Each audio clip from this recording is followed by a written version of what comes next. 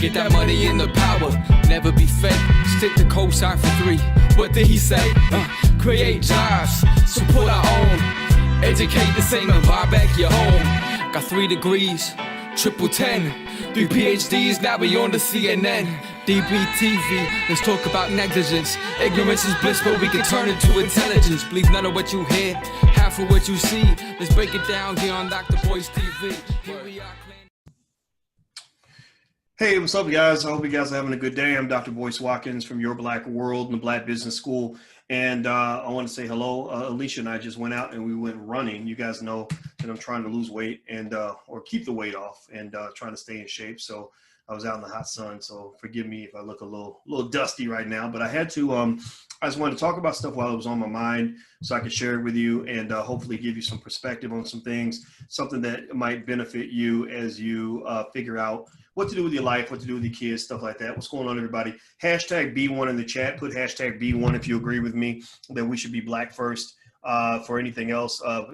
Before anything else, we are black first. B1, the black community matters more than any other community, and I respect that. So let's jump in and talk about the conversation today. All right, so I'm going to make this pretty brief. And it has to do with Jay-Z. Jay-Z is a guy that you probably know about. He's a rapper that's been around for a while. He's very talented. He's been in the game for a minute. His wife, Beyonce, is also a boss in her own right. Man, much respect to their family. And they just released a song that I was asked about, and I have no problem commenting on it. And it's called Entrepreneur. And of course, you know, the word entrepreneur is of interest to me because I've been screaming and hollering from the mountaintop for decades about what it's going to take in order for you to evolve as a community economically. We talk about reparations and all these other things, but we have to also talk about entrepreneurship as much as we talk about reparations.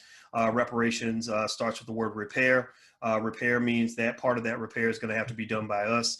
And also, even if you get reparations, you also need institutions because even if they write a big check to you about what's going on with with reparations or whatever, even if they write you a big check and give you a bunch of money, if your mindset is that of a consumer and nothing more, then you're going to have a very difficult time growing out of that and actually having real wealth and real power. So, and you guys know this, those of you who've been here before, raise your hands because I know that you're probably investing already. Many of you are teaching your children how to start businesses. Many of you have taught your kids about real estate. If you haven't done those things yet, I'm going to give you a quick framework in order to consider that. Now, hit the thumbs up button, share and subscribe button if you haven't done it yet. Also, make sure you please subscribe to the Black Financial Channel. That's theblackfinancialchannel.com, THE, that's theblackfinancialchannel.com. So here's my breakdown on Jay-Z's entrepreneurship song. The song is called Entrepreneur. It's a really good song. Jay-Z's really talented. Pharrell's talented. You can't do much better than that in terms of music. But that honestly doesn't matter to me that much. I've heard great songs before. Some of these songs are just BS. Some of them just push a message that literally is incredibly genocidal for Black people, very harmful to Black people, very disrespectful to Black people. And so anyway, the thing that I want you to realize though is, hip hop, something that's very powerful, something that's very much capable of shifting and shaping the mindsets of millions of people all around the world in terms of shaping how Black people see ourselves, how we see each other, and how other people see us. That was hijacked. I believe it was hijacked in the 90s. I believe that they got to a point where they just said, okay, this thing is too powerful. We're going to try to get them to turn the gun on themselves and basically shoot ourselves in the head. And so, by the way, I want you guys to know who's watching the chat. You keep bringing up the stuff with Jay Morrison. I did a statement on that, and I'm not going to keep talking about that. If y'all want to fight and get into chaos, you can do that. We're here to build. So, if you're disrupting the class, then I'm going to have to put you out of the class. So I just want to make sure you guys know that. I already talked about it. I told you I'm an investor in the Tulsa Fund. I'm very happy to support a Black-owned fund. But when you get into childishness and nonsense, I'm almost 50 years old. I ain't got time for that. So please stop that stuff. Stop trolling in the chat. And when I see you in there, I am going to delete you from the chat, not because I hate you, but because we ain't got time for that. That's some Willie Lynch BS, and I'm not here to do Willie Lynch with you. We're not doing that. So go fight, go stab each other, punch each other in the jaw, beat each other's kids up, whatever you want to do, go do it. but that's not going to happen in here. I already made a statement on it. It's done. That's not my business. Go talk to them about their business. Talk to me about mine. So let's back it up. Let's move back into this and handle your business. Build something. Go build something, man. Seriously, stop all that stuff. Build something. So anyway, with that being said, here's the issue. So we need entrepreneurs in our community. We don't have enough wealth builders in our community. We need an army of institution builders. And the reason this song is very important is because we need people that are going to create jobs for kids in the next generation. Those who are coming up as children now cannot be trained to simply become, slaves, basically corporate slaves or student loan slaves to white-owned institutions. That's not going to build Black wealth. Black wealth is actually dropping, despite all the progress that they've told you that you made over the last 50 years. That's dropping because student loans and your desire to go work for others as opposed to working for yourselves, and also the inability to save and invest as opposed to consume is draining your wealth. So it doesn't matter if somebody writes you a $10 trillion check for reparations. If you're gonna give away $12 trillion, then you lose. The big thing about business, the big thing about wealth is it's like a basketball game. You have to score more points than you give away. If you give away 100 points and you score 90, then you still lost the game. You can't say, well, I scored 90 points. Look at me. Look at how many points I scored. If you let the defense, if you let the other team, the opposition, score 100 points, then you have lost the game. So ultimately, what I love about Jay-Z's song Entrepreneur is that it shapes culture. Hip hop shapes culture so much. When you study psychology and you see how hip hop shapes the minds of our kids, and I have an issue with Apple Music and the record labels that will push the Cardi B's to the top of the pile. No disrespect to Cardi. Cardi can do whatever she wants to do, but she can be a stripper. She can be whatever she wants. But you got to ask yourself, why is it when they go to the Black community, they'll pull out the stripper ahead of the intellect? When they'll pull out the Cardi B and they'll forget about the India Aries and the Lauryn Hills, right? That's a process. That's basically them telling you that you've been typecast, that they want you to fill a certain role in society, and those roles are designed specifically for Black people. So with that said, Jay-Z, you said shout out Tidal. Okay, Tidal, I'll shout it out, no problem. Jay-Z, I think, has gone through a transition that is very nice to watch. I don't know why he's doing it. I don't know the man. I do know 6 years ago, I had a really long conversation with a guy who was introduced to me as Beyonce's road manager. And he was one of the managers for their tour or something that he did. I don't remember what the job was, but he was a very nice guy. We talked for 2 hours. And I remember saying, I don't understand why Jay-Z and Beyonce are saying some of the things, putting out the messages that are coming out in the music. It doesn't make any sense. And he said, no, Jay's pro-Black. Jay really cares. Jay does this. And I said, yeah, it doesn't matter what you are. What matters is what you do. What matters is what you do, not what you say you are, not what you believe, but what do you actually do? And in fact, I'd rather have a bad person do good things than a good person do bad things. Because what you do that defines who you are. You could be a good person, but if you go kill somebody, you're a murderer. Right. So your actions are everything. So I just said, if that's who Jay is, I'd like to see that in his music. I really would. And I don't know if that made a difference at all, but it was really great to see him transition and get to the point where his music has really shown an economic awareness that I think you should pay attention to. He is what I call financially woke. Another term that we use in the Black Business School is economically mature. Economically mature means that you're thinking about money and wealth in a grown-up way as opposed to a child's way. The way a child thinks about money is this. If you ask a child, if you say to a child, if you give a child $30 and you say, what are you going to do with your $30? What's the child going to say? A child's going to say, oh, I'm going to go buy some candy, or I'm going to go get me some new shoes or whatever, right? An adult is going to do something different with that money, right? A child's not going to say, no, I'm not going to get no candy. I'm gonna go pay a light bill. Or no, I don't want a new video game. I want to put it in my 401k, right? Children don't do that, right? But unfortunately, many of us, and I believe the culture contributed to this, were trained to be economic children. We were trained to think of money as burn it up, throw it up, get rid of it. And all this is encouraged through the music. The music encourages everything. The music has inspired every movement that's existed in our community since forever. Music always underscored every movement that's ever happened in this country. So you cannot talk about this without talking about the artists and the fact that there are artists that are on board with what we're doing, I love it. You know, two artists reached out to me this week. I talked to Kanye. Ice Cube reached out. I did not talk to Ice Cube, but he did reach out. You see T.I. doing great things. Jay-Z's doing better things, you know, and I just love it. I mean, even if I disagree, like some of the stuff T.I. says, I don't align with all of it, but I just like this idea of evolving. Now, maybe that's natural, right? Because these guys are not 18 years old anymore. They're now in their 30s and 40s and whatever. And so I think Jay's over 50, if I'm not mistaken.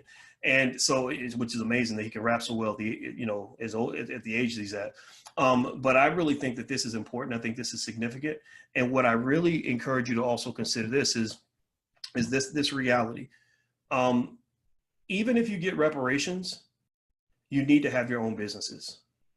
Even if white folks write you the biggest check in the history of all mankind, you need to have your own institutions. It's just like if a woman gets married to a wealthy man, you know, don't be like these basketball wives depending on some man to take care of you.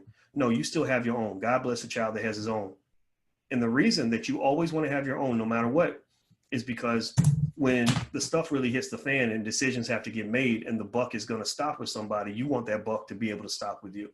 You want institutions in your community, because what will happen is this. Look, you know, some white folks who we accuse of racism, some of them are not even trying to be racist. They're just being who they are. Their values are just what their values are. So if I have no home, if I don't save my money, don't own my own house, don't own my own business, don't have my own resources, and I go live with a guy who's a Mormon, and the Mormon says, well, in our house, everybody prays before dinner, and if you don't pray, you're a bad person. And I could say, well, in my house, we never prayed, and praying for dinner is not a big deal, you know. So I'm not a bad person. I just don't want to pray. It doesn't matter. You're going to be defined and labeled as a bad person. And eventually he's going to say, look, you got a choice. You can either sit down and do what we do, or you can get to hell out, get to stepping, right? So for Black people, we get in that position all the time. You end up, they talk about trap music. You talk about trap music. Well, it ain't just the dope boys that are in the trap. We got corporate Negroes that are in the trap. We got Harvard educated Black people that are in the trap. We got lawyers and doctors that are in the trap who went to school and know how to get a job, but don't know nothing about starting a business, who don't have nothing it's put aside in terms of assets that are accumulating in value. They have nothing set for financial security. They're sitting on so much in student loans that they're going to die in debt. So don't think that, you know, rappers or dope boys are the only guys who can end up in the trap. A lot of us educated Black folks who went to school and everything else. I mean, I had my PhD. I had a PhD and I was in the trap. Right? We all end up in the trap. And I said, I got to get out the trap. Now, fortunately, I was trained to be a locksmith to get out the trap. My PhD in finance allowed me to dissect and decompose the economic systems that kept me constrained, to the point where I said, you know, I think if I jimmy the lock and twist it this way and twist it that way, I can get up out the trap. So then I got out the trap in around 2004, 2005, and I started speaking on wealth issues and stuff like that, sharing this with the community. It was very difficult to do because the momentum was going completely against me. Even at that time, a lot of the music that you might have heard from with Jay-Z was not necessarily economically empowering. I don't know if you remember with the album he did with Kanye, where they were talking about the private, can you see the private jets flying over you, and look at my Bentley and look at my big chains and everything else. And that to me is that kind of, music where you're celebrating yourself. I get that, right? People like that. People like that arrogance. They like to see people bragging about how they're doing so much better than you. I don't think that's not the language of intelligent or conscientious people, in my opinion. That's oppressive language, in the sense is like, if I'm sitting here hungry and broke and starving, why am I sitting here excited because you have a private jet and a limo and I have nothing, right? It doesn't mean that you have to give me what you got, but it does mean that I need to go be focusing on myself and getting something from me. But when your self-esteem is low, you can do that. You can get caught up in the symbolism to the point where you think that because your favorite rapper is doing well, that means you're doing well. And really, most of your favorite rappers are not doing well. Most of them are not in the position of a Jay-Z because they don't have economic intelligence. So, so since that time, when we first started and we were literally pushing this stuff out, I remember saying it would be my dream if the rappers started rapping about economics, because that's going to be a game changer for Black people. It really will be. The Black economic revolution, I've been talking about this for a decade. The Black economic revolution is going to succeed because so many soldiers are on board now. You know, when I've spoken so many times with people like Charlemagne the God, and I introduced him, you know, to Powernomics and Dr. Claude Anderson, and we got Farrakhan into the show. I said, I'm amazed if I were white and I were trying to oppress Black people, I would not allow this to happen, because what you're doing is you're allowing strong, courageous, unapologetic Black men to dictate language that's going to be spread to the masses. And so we were strategic. We were talking about this stuff, and next thing you know, we've got something that I think is really going to be special. So I'm excited, man. I'm super excited. You know, when Kanye tweeted out the Powernomics book last week, which to me was a victory for Black people, and also you're part of the victory. You know, if you care about this sort of issue, I encourage you to use your own networks, get on social media, share links, maybe share a link to this video, let people know what you represent, because economics is a culture. Wealth building is almost like a religion. So the same way people spread the gospel of Jesus Christ, you got to spread the gospel of Black economic empowerment. Seriously, the B1 gospel of Black economic empowerment. We Black first, we take care of our own. Our children know how to go get that money. They know how to be successful and do it in an ethical way, right? Here's some basic frameworks that you can walk away with, so you don't just, so this isn't just me giving you a sermon. This is me actually giving you some instructions that you can apply if you choose to do so. 1, every Black child in America should know how to start a business by the age of 12.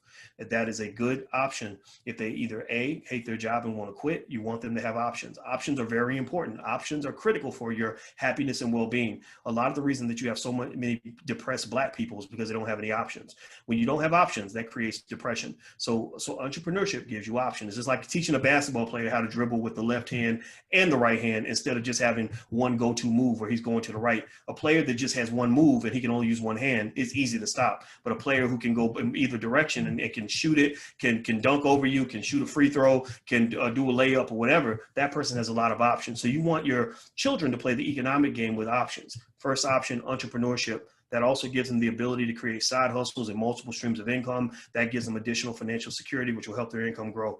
Number 2, every Black child should know at least the basics of real estate at an early age. That means that they should understand that if you are a renter, that should be a temporary situation for you. At some point, you want to try to be an owner, because what happens is that the owners get rich because the renters make them rich. Let me say that again. The owners get rich because the renters make them rich. You are buying a house for your landlord. By the time you're done, if you stay in that apartment for 10, 20 years, you will have bought a house for your landlord, that he will pass that house to his children, and your children will not get anything. They will not get that house. So make sure that you learn the basics on how to buy a home. Make sure your children understand that, and make sure they at least understand from a values perspective that home ownership or ownership of real estate, it should be at the top of their priority list. It should be more important than buying a new pair of Gucci shoes. It should be more important than going out to Popeye's Chicken. It should be more important than going out and going on another vacation or buying a pair of Jordans. You do all that after you position yourself for financial security. Third piece, every Black child in America should know how to buy stock and should own stock as early as possible. So that means that all your children,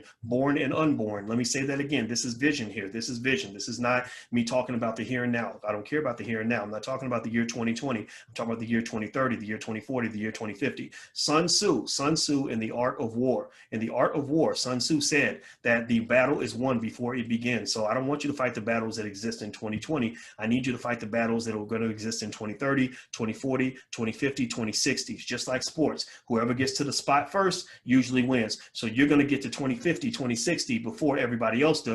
So that way you'll be prepared to gentrify 2060. The same way white people are able to gentrify hoods in the year 2020. Well, they didn't start planning that in 2019. They didn't start planning that in 2014. They started planning that in 1975. They started planning early because they knew that if we get to the spot first, then we can be the ones who win, right? So ultimately, every Black child, all your children, born and unborn, should own shares of stock and understand stock ownership as early as possible. So if you are 14 years old, I'm not kidding, if you're 14 years old, then you're going to be a parent in the next 10 years, maybe 15 years, whatever. Go ahead, start investing now. Start investing now for your children. Why? They're going to exist. Why not go ahead and get ready for them now? If you have a newborn baby, Best gift to give to that child when they come to the world is a share of stock. And don't just give them one. Do it like a meal. Give it to them like a meal. You don't feed your child one time and then starve them for the next 18 years, do you? You don't feed your baby once and say, well, I fed the baby 5 years ago. Why is he asking for food again? No, don't buy one share of stock. You buy that child a share of stock every chance you get. Every time you take them to a fast food restaurant, you say, baby, we spent $12 in McDonald's. Let me buy you $12 worth of McDonald's stock and we can add it to your portfolio, right? So you start buying it consistently as a habit, because when that child gets to be 25, 30 years old, they won't be in the struggle anymore. They'll be able to play powernomics. They'll play above the rim, because you're going to put them in a position where they are economically tall, like a basketball player. The tall basketball players have an advantage over the short ones. Anthony Davis dominates on the Lakers, partly because he's 6'11". If Anthony Davis wasn't 6'11", 7 feet tall, if he was 5'8", he would have a very hard time playing at the level he's playing. He wouldn't even be in the NBA. Anthony Davis dominates because he's tall. Well, you want your children to be economically tall, because it becomes very easy for them to play the economic game above the rim, right? So prepare them now. Don't wait until later. Prepare them now. Start buying those shares of stock now. We have in the Black Business School, we have the $5 a day investment plan. This is an ebook that I put together. Anybody can have it for free. Just go to firstshareofstock.com, firstshareofstock.com. There's a free training on how to get started on TD Ameritrade, but also you'll get stuff sent to your email. And one of the things we'll send you is my ebook on the $5 a day investment plan. And by doing just literally the little things, just investing the amount of money that you would spend on a Popeye's chicken value meal and doing that on a regular basis, you do that over a 20 or 30 year period, that grows into an enormous amount of money. I'm talking about hundreds of thousands of dollars. You do that for your child till they're 25, 30 years old, they're going to have a ton of money. And you don't have to give them the money. Somebody asked, what's the best investment vehicle for a child? Now, we cover a lot of that in the classes, but what I'll say in general, first and foremost, is I'm not a big believer in giving a whole bunch of money to a kid. I don't do that. I invest for my children, but it's an account that has my name on it. Now I have a trust in place. I have a pretty thorough estate plan, so that if something happens to me, if I die tomorrow, they're going to be taken care of. They're going to get their chunks, but they're not going to get it all at once. They're going to get it doled out in pieces.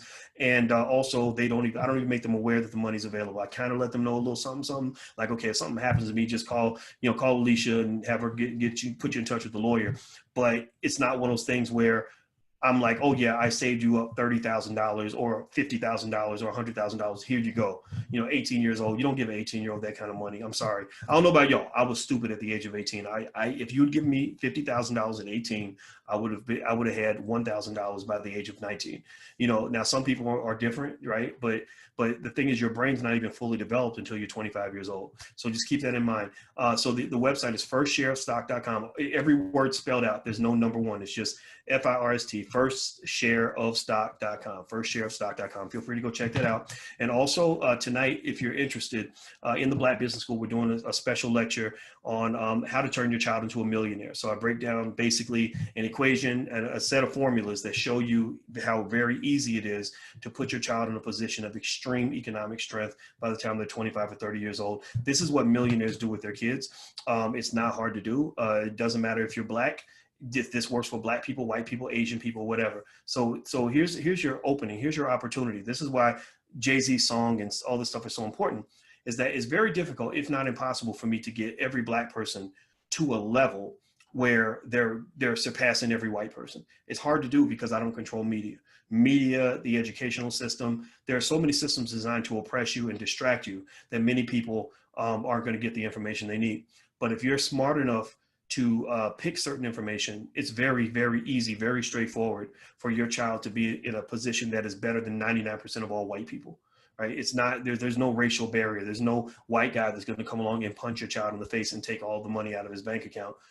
That just doesn't happen, right? So what I just kind of want you guys to understand is these problems are very solvable. And what I really like is I like when people are solving problems. I like when people are building. I like when people are planning. I like when people are strategizing.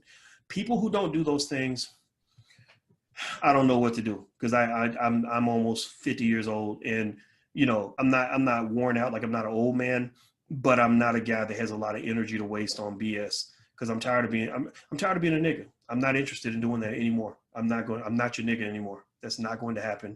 I'm a Black man, and as a man, part of manhood means planning and preparing and fighting battles. So I'm a fighter. I'm a strategizer. I'm a planner. If you can't come to me with a solution, then take that in the other room. Don't come to me with a bunch of whining and complaining about how hard it is to be black.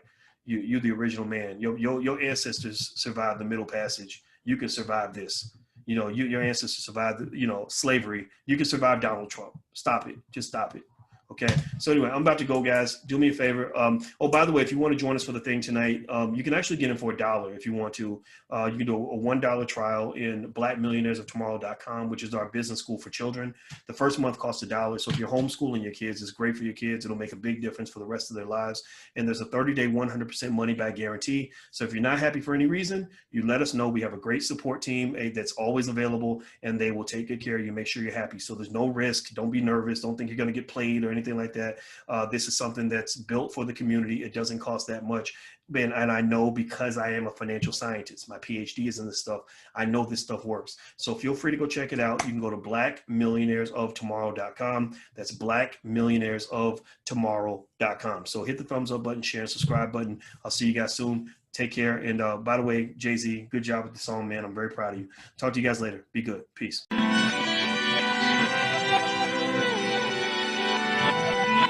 Here we are, clan the isms, cataclysm great. Our people out here struggling, trying to make it in this state. Everybody out here doing it, but we the ones who late. Now family, we the ones who gotta delegate. Get that money in the power, never be fake. Stick to cosign for 3. What did he say? Create jobs, support our own. Educate the same and buy back your home. Got 3 degrees, triple 10. 3 PhDs, now we on the CNN. DBTV, let's talk about negligence. Ignorance is bliss, but we can turn it to intelligence. Believe none of what you hear, half of what you see. Let's break it down here on